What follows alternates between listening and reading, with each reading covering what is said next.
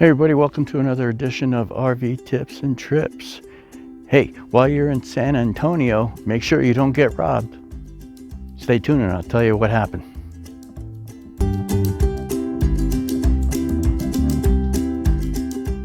All right, so we're staying here in San Antonio, one of the 1,000 trails. It's actually Lake Medina, and I will do a review on it in the next video. So anyway, we met up with Bill and Sandy from RV on the Brink. We cross paths every once in a while. So they happen to be here with us right now. And we decided to go down to the Riverwalk. And he has a friend who runs one of the boats there, so we're going to take a boat ride. So we all piled into his truck and went down to San Antonio. We found a place where you can park. Parking is at a premium down over there, by the way. So there are parking lots, and they vary in price, anywhere from, if you want to park for 8 hours, anywhere from $45 down to about $25. Well, we found one only a block away from the Alamo for $25. And we parked the truck there, and we went off and we did our sightseeing, and we did the boat ride, and kind of tootled around the Alamo. And then we were going to go to Green Hall, or Green Hall they call it, way out there. So we were headed back for the truck. So we were gone, about 3.5, 4 hours, something like that. Go back, and Bill noticed that the driver door wasn't closed tight. So I was wondering what was going on there. So he got in the truck, and me and Kathy got in, and Bill's wife, Sandy and Kathy were sitting in the back of the truck. Anyway, they noticed that the jackets that were on the floor were moved, and Sandy's purse was under those jackets on the floor, and the purse was gone.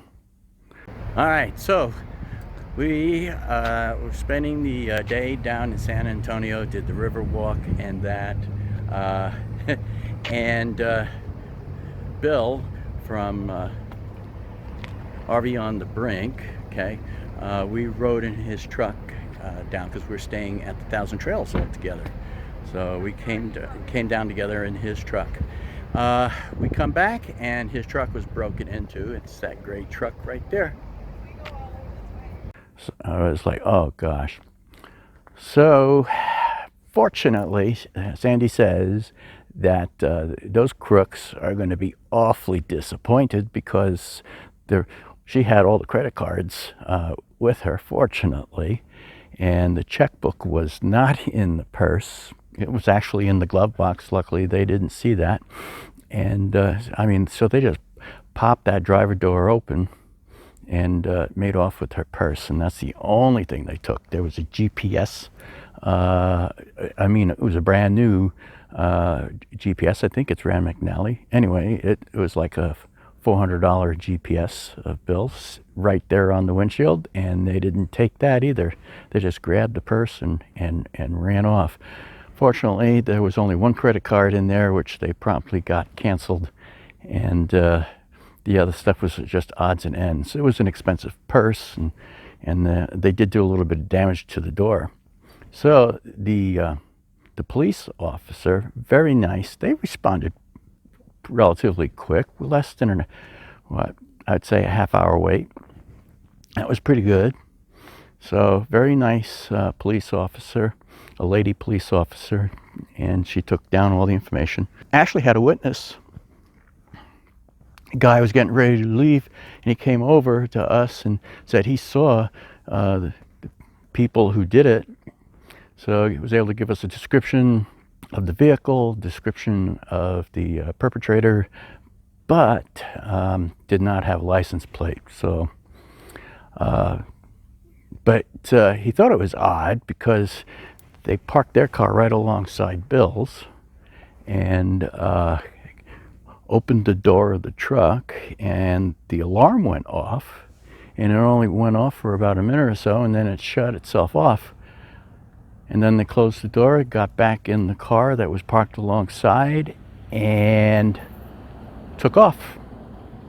If you look at the lock on the driver door, you could see that they actually forced the lock itself. Fortunately, they didn't break any windows, and they didn't crowbar the door open or anything like that.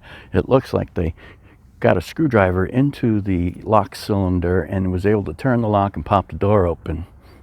Easy enough. So the police officer said that the Fords are really easy to get into, and those are the primary target in those parking lots. This happens all the time, and it's mostly Fords. Whew, thank goodness I got a Chevy, huh? So, I mean, it sucks. So, police officer took all the information, called the people to come and fingerprint the vehicle, but those usually don't pan out. So yeah, they forced the lock on the driver door. The police say the Fords are real easy to get into, and so it's always the Fords that they pick on in these parking lots. So we got the police officer here, and we got the CSI group. So they're going to do fingerprints and maybe come up with something. But yeah, Sandy's purse was stolen right out of the truck from the back seat, and it was covered over with coats.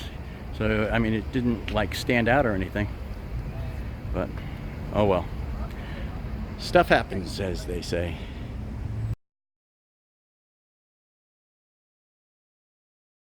This is San Antonio's finest taking care of Bill. Can't believe, hang out with Bill and doggone it, you get ripped off.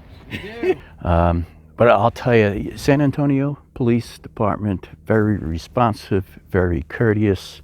I really appreciated the fact that they were so nice, and very understanding. So they're good people.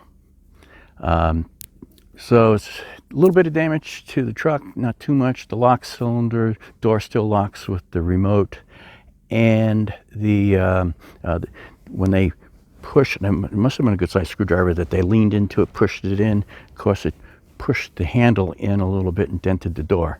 So, but that's about the extent of the damage. So it shouldn't be too bad. And Bill's insurance company is meeting up with them at their next stop, and they'll survey the damage. So, but it just goes to show you, you're so vulnerable, parking a lot, and they break into your vehicle. So, lesson learned: do not leave purses in there. And it doesn't matter if you try and hide it by putting coats over it. They're still going to break in, and if they see coats laying there, they may think that it's actually hiding something, which in this case it was. We always done the same thing too. Never leave anything of any value behind in your vehicle. Especially, you're a tourist. You got out-of-state plates, and I think those are vehicles that they usually target because they figure there's things that are left in there that are valuable versus a local person. So just keep that in mind when in your travels across the country. Do not leave anything valuable in the vehicle. Lock it somewhere else. Alrighty, so if you like my videos, please subscribe and give me the thumbs up. I appreciate that. And don't forget to check out my Amazon links down below. That helps support the channel. Okay, after you finish watching this video, why don't you go on to the next video. See the latest video by clicking right here.